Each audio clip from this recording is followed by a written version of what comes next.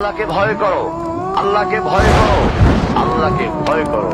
ইত্তাকুল্লাহ, ইত্তাকুল্লাহ, ইত্তাকুল্লাহ। ওহে মুসলিম, তোমাকে আল্লাহর সামনে দাঁড়াতে হবে। তোমার হিসাব নেওয়ার জন্য আল্লাহই যথেষ্ট, যিনি সব জানেন। তুমি যা গোপন করো ও প্রকাশ করো। তোমাকে অবশ্যই মৃত্যু বরণ করতে হবে। যখন তুমি দুনিয়ার সব কিছু ছেড়ে চলে যাবে, শুধু তুমি আখিরাতের জন্য যা সঞ্চয় করেছ তা নিয়ে সাবধান হও তোমার শেষ আমলের ব্যাপারে। তুমি জানো না কখন তোমার শেষ মুহূর্ত। তুমি কি প্রস্তুত মৃত্যুর জন্য? তুমি কি প্রস্তুত কবরের সওয়াল জবাবের জন্য? তুমি কি প্রস্তুত ভয়াবহ কিয়ামতের জন্য, হাসরের ময়দানের জন্য, হিসাব নিকাশের জন্য, আল্লাহকে জবাব দেওয়ার জন্য, মিজানের জন্য? তুমি কি প্রস্তুত চুলের চাইতে সূক্ষ্ম, তরবারির চাইতে ধারালো পুলসিরাতকে পাড়ি দেওয়ার জন্য? ভয়ঙ্কর তুমি জাহান্নামের ভয়ঙ্কর আযাব থেকে আত্মরক্ষার জন্য কাজ করছো তো?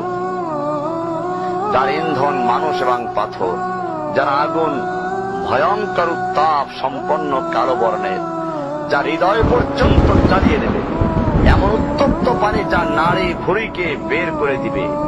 রয়েছে খাবারের হিসাবে জাক্কুম ও গলিত পুজ। জাহান্নাম অসম্ভব গভীর, ভয়াল জায়গা, কঠোর হৃদয় ফেরেশতারা নিযুক্ত, যেখানে শাস্তির মাত্রা বৃদ্ধির জন্য শরীরকে অনেক বড় করে দেওয়া হবে। চামড়াগুলো জ্বলে যাবে, বের হতে চাইবে, বের হতে পারবে না। মৃত্যুকে ডাকবে, মৃত্যু আসবে না। ভয়ঙ্কর শাস্তি যা অনন্তকাল ব্যাপী চলতে থাকবে। তুমি অগ্রগামী হও সেই চিরস্থায়ী জান্নাতের দিকে, যেখানে রয়েছে চিরন্তন সুখ। যা মন চাইবে তাই পাবে, যা আদেশ করবে তাই দেওয়া হবে। জেনে রেখো, দুনিয়ার চাওয়া পাওয়ার পূর্ণতার স্থান নয়। দুনিয়া চাওয়া পাওয়ার পূর্ণতার স্থান নয়। দুনিয়া চাওয়া পাওয়ার পূর্ণতার স্থান নয়।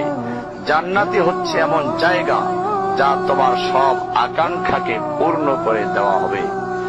চির কিশোর সেবকগণ, চির যৌবনা সঙ্গিনীগণ, ফল মূল, গোশত, দুধের মধুর শরাবের নহর, উত্তম বাসস্থান ও বিছানা, চির আরাম, চির যৌবন, চির সুখ।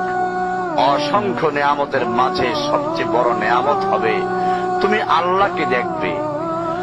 শুধু তোমাকে এটা বলাই যথেষ্ট মনে করছি, সবচেয়ে কম মর্যাদার যে জান্নাত লাভ করবে তা হবে দুনিয়ার 10টির সমান।